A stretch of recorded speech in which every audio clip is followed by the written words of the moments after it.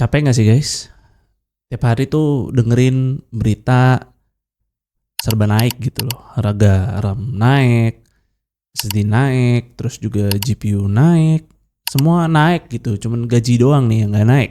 Tapi kayaknya sih terlalu terpapar berita negatif tiap hari tuh nggak baik juga gitu untuk mental health kita gitu. Nanti kalian nih jadi insecure gitu. Apa-apa kayak aduh merasa cemas gitu. Tiap hari kayak merasa resah, nggak nyaman gitu, nggak aman.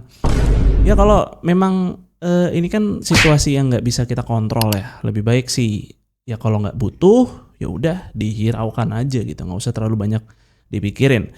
Dan kalau memang butuh banget ya mau nggak mau mungkin kalian harus terima beli dengan harga yang lagi mahal ini.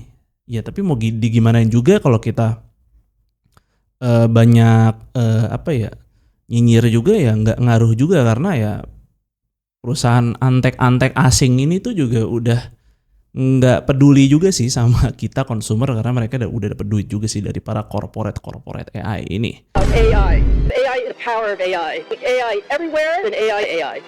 AI is the most important technology. AI is going to be everywhere.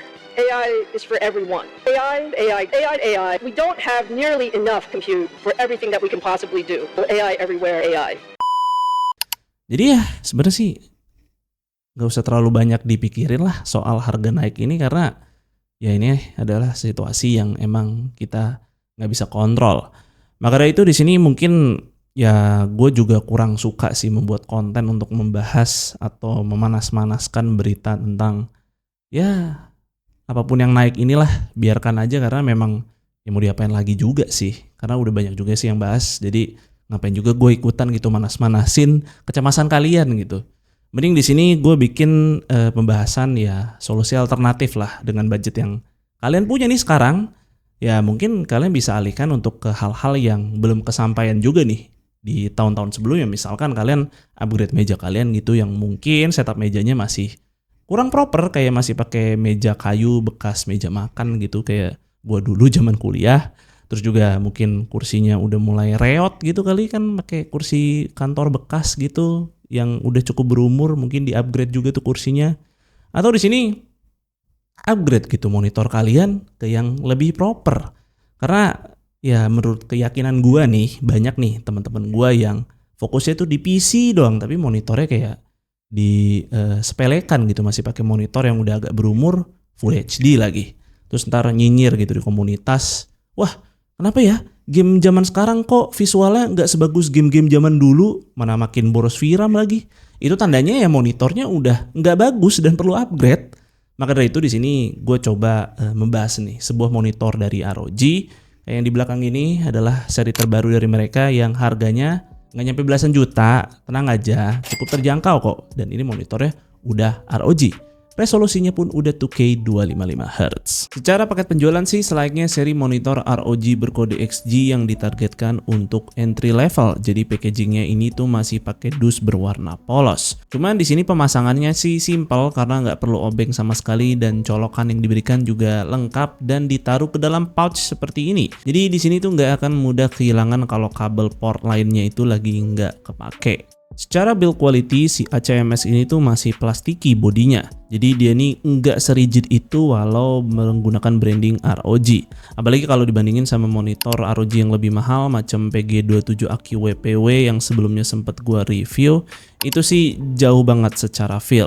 Tapi ya wajar juga sih karena ROG memasang harga monitor yang ACMS ini tuh di kelas entry. Tapi yang namanya ROG standar-standarnya mereka ya masih jauh lebih oke dibandingkan monitor-monitor terjangkau lainnya. Kakinya sih di sini masih kokoh, nggak mudah wobble, dan walau standnya ini masih berbahan plastik di luarnya, tapi kakinya sendiri udah berbahan full metal. Untuk desain sih menurut keyakinan gua nih ya monitor ROG itu selalu kasih kesan yang bakal gampang di notice kalau lu pakai brand ROG. Ya mulai dari peletakan mata satu yang ada di bezel bawah ini sampai ke belakang-belakangnya nih cover bodinya itu bahkan ada logo mata satunya yang cukup noticeable. Cuman sayangnya aja nih di sini tuh enggak bawa fitur RGB aura sync macam monitor ROG yang lebih mahal. Untuk kelengkapan display inputnya di sini tuh ada semua, mulai dari HDMI, DisplayPort, sampai ada USB Type-C. Hanya saja USB Type-C-nya ini tuh tidak support power delivery, melainkan hanya untuk display input saja. Jadi buat yang mau nyolok laptopnya sambil ngecas, sayangnya di monitor ini nggak bisa. Nah, untuk spek layarnya sendiri dia bawa ukuran 27 inch pakai panel fast IPS. Resolusinya 2K, punya eLMB Sync, support VESA HDR 400 dan refresh rate-nya udah 255 Hz. Secara akurasi warna, waktu gua tes di mode sRGB-nya dia bisa dapetin gamut di 100% sRGB dan 90% DCI-P3. Dan buat gamma curve-nya di sini juga akurat di semua mode. Untuk max brightness-nya juga bisa tembus di atas 400 nits dan kontras rasionya udah di atas 1:1000. Yang mana ini udah oke banget mengingat ini monitor LED IPS. Tapi sayangnya untuk secara color temperatur masih tembus di sekitar 7000-an Kelvin yang sebenarnya sih masih cukup wajar untuk sebuah monitor LED IPS. Seperti yang gue bilang sebelumnya, monitor ini tuh support HDR. Yang menurut gue sih HDR di monitor LED backlit itu kurang ideal kalau nggak memiliki local dimming. Karena nantinya warna hitamnya ini malah jadi kelihatan terang. Cuman sih di beberapa skenario kayak nonton film yang gambarnya mostly pakai color grading yang cukup bright, gua rasa sih masih cukup bisa dinikmati HDR-nya. Dan kemudian untuk refresh rate-nya yang ditawarkan monitor ini udah 255 Hz, yang mana ini adalah hasil overclocking karena native dari refresh rate monitor ini tuh aslinya di 240 Hz. Tapi sebenarnya ini udah enable secara default saat monitor ini nyala awal-awal. Jadi dia nggak perlu otak-atik lagi sih untuk jalan di 255 Hz. Nah, untuk maksimalin experience monitor ini di sini gua make ROG NUC 2025 yang secara spek udah Intel Core Ultra 9 275HX plus GeForce RTX 5080 laptop GPU. Yang spek seperti ROG NUC ini sih sebenarnya adalah contoh paling ideal ya untuk dapetin 2K 250 FPS tanpa bantuan frame gen sama sekali. Dan itu kita main game AAA loh. Cuman ya tentu spek seperti ini adalah hal yang sulit dicapai sih di situasi sekarang-sekarang ini. Tapi ya dari POV gue ketika udah bisa nikmatin game AAA di 2K 250 FPS tanpa bantuan frame gen, itu nikmatnya gak ada lawan sih. Nah, sebagai gambaran, motion blur di 255 Hz ini tuh tentu masih bisa dirasakan buat kalian yang masih make refresh rate 165 Hz apalagi 120 Hz. Dan panel fast IPS ini juga ngasih motion blur yang lebih minim dibandingkan panel IPS biasa. Nah, untuk benar-benar menghilangkan motion blur di monitor ini sih ada fitur eLMB Sync, yang fitur ini sih enaknya masih bisa bekerja dengan variable refresh rate, yang di monitor ROG ini tuh bawa AMD FreeSync dan juga Nvidia G-Sync compatible. Hanya saja ketika kita mengaktifkan fitur eLMB Sync ini, nantinya fitur HDR itu bakal ke disable. Begitupun juga untuk pengaturan brightness-nya udah nggak bisa diotak-atik lagi, serta bakal muncul yang namanya flickering. So, kegunaan fitur ini sih akan sangat-sangat situasional. Tapi at least di sini kalian dikasih opsi untuk benar-benar meminimalisirkan hasil motion blur. So, jadi menurut gua monitor ROG XG27 ACMS ini merupakan monitor 2K yang cukup menarik dan ini datang dari brand ROG yang ya bisa diekspektasi harusnya sih dia ngasih harga yang super mahal, tapi ternyata di sini masih ada line up-nya yang cukup terjangkau dan ini cuma dibanderol dengan harga 3 jutaan aja. Ya karena kan memang melanjutkan si adiknya yaitu adalah si XG27 ACS yang dijual dengan harga yang sama. Hanya saja di sini sudah di-upgrade ke 255 Hz. Lalu di sini gue cukup paham monitor 2K 240 Hz atau mungkin 300 Hz itu punya harga yang jauh lebih bersaing dibandingkan monitor ROG ini.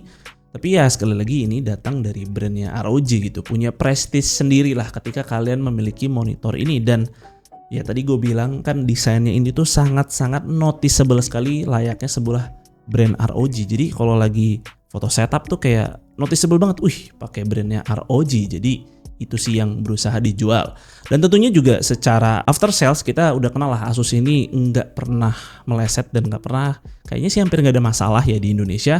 Jadi harusnya sih ini benar-benar ngasih kenyamanan kita lah. Jadi kayak ada rasa percaya gitu, nggak cuman ya dibikin murah-murah tapi nanti after salesnya ya gacha gitu. Tapi di sini Ya ROG masa gacha kan tidak mungkin. Ya gue rasa di tahun ini daripada pusing ya kita mikirin komponen-komponen naik, mending upgrade aja monitor kalian tuh ke yang lebih proper dan tentunya datang bukan dari brand ecek-ecek gitu. Karena mungkin aja kalian sebelumnya pakai monitor yang cukup ya yang penting murah gitu ya, asal punya monitor. Nah cuman mungkin upgrade gitu walaupun hardware-nya masih belum di-upgrade gitu pakai GPU kayak masih seri GTX, ya nggak ada salahnya sih nyicipin monitor 2K seperti ini, karena gue jamin guys, ya mostly juga kan pakai komputer itu nggak 100% dipakai gaming gitu. Ada saat-saatnya kita juga pakai untuk cuman sekedar nonton gitu kan. Dan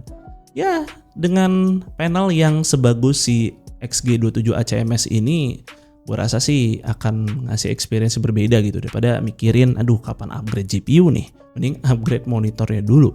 Karena di sini gue pribadi nih, gue GPU-nya aja tuh masih pakai GPU 9060 XT tapi monitornya maksa upgrade ke 4K karena ya cakep guys visual 4K itu. Tapi nggak perlu ngikutin gue sih yang maksa ke 4K, at least nyobain dulu di 2K. Mungkin kalian sebelumnya masih pakai monitor Full HD. Kayaknya sih harusnya udah jadi standar minimum lah di 2026, atau mungkin resolusi di 2026 adalah ya monitor 2K.